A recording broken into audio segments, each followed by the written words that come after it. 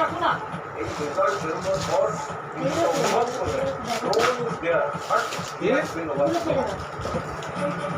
ভোটের আগে বসিরহাট পুলিশ জেলার এসপিও আমিনুল ইসলাম খানের বদলি রাখা যাবে ভোটের কাছে জানিয়ে দিল কমিশন। আমিনুলকে নিয়ে একাধিক অভিযোগ ছিল শুভেন্দু। সংসদে দিনাঙ্ক ফ্ল্যাটে নিকাশি পাইপ সেপ্টিক ট্যাঙ্ক ড্রোন হচ্ছে বাবা। কেমন আছে দক্ষিণ কলকাতা কি বলছেন সাধারণ মানুষ, কি বলছেন দক্ষিণ কলকাতার ভোট প্রার্থীরা? ঘুরে দেখলেন অনির্বাণ চক্রবর্তী। তারকা ছুটে তারকা কিন্তু বিকেল 5:30।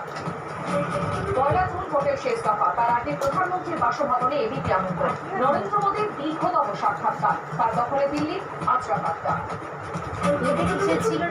ছিল না সহযোগী লিমিটেড দেশ के सर्वश्रेष्ठ फार्मास्यूटिकल क्लास 11 सेमेस्टर 1 এর বাংলা ও ইংরেজি সহায়িকা গাফেন ক্লাব গো এভরিওয়্যার বিদেশ ভ্রমণের শ্রেষ্ঠ প্রতিষ্ঠান। পুজো বুকিং শুরু হয়েছে। জয়া জিরা ক্রিম ক্র্যাকার, চিনিবাদ, দারুণ স্বাদ, গ্লোবাল নলেজ ক্যাম্পাস, কৃষ্ণনগর, নিজের ভবিষ্যৎ গড়ে তোলার সেরা ঠিকানা। কেএসবি ফার্ম, জার্মান প্রযুক্তির ভারতের অন্যতম বিদ্যুৎ সাশ্রয়কারী firm. Supreme Total Farming Solutions, সারা জীবন ভরের সঙ্গী, স্বপ্ন পূরণের সাথী। আমি মোহন কাদিলা, ছোট এক টাকা আপনার শহরে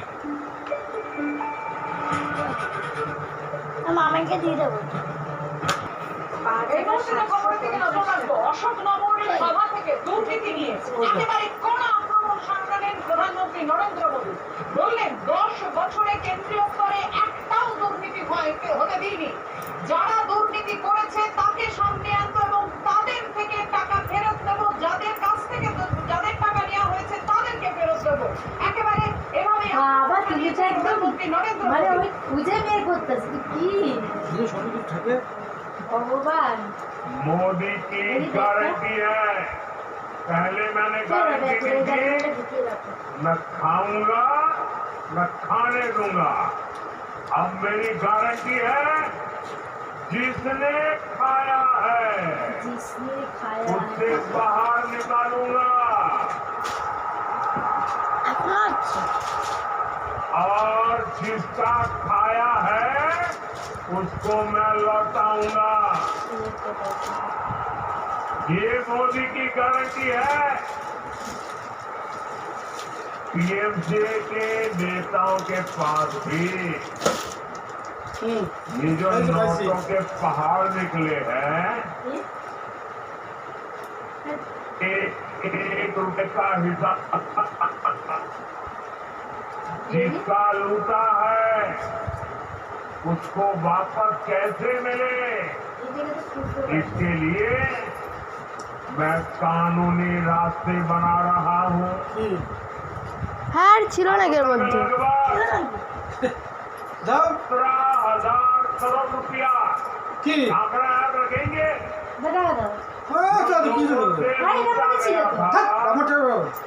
ऐसे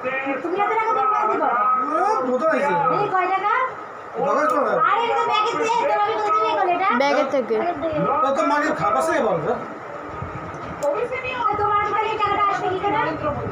বাংলায় ওবিসিদের ধোঁকা দিয়েছে তৃণমূল কংগ্রেস। এখন তিনি কলকাতা হাইকোর্টের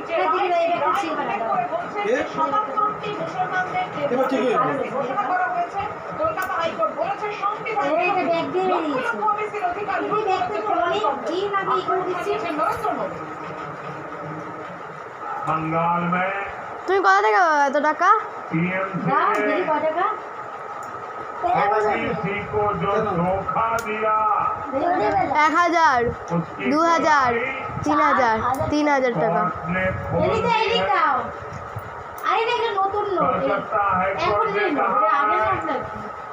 कि 77 मुसलमान जातियों ओबीसी घोषित करना তুমি ব্যাগ থেকে পেয়েছো? गैर कानूनी है, असंवैधानिक है, संविधान के खिलाफ है। टीएमसी ने নকল টাকা এগুলো তুমি যেটা পেয়েছো সেটা ব্যাগ থেকে। ओबीसी তাহলে কোথায় ছিল? उनको संविधान ने दिया था,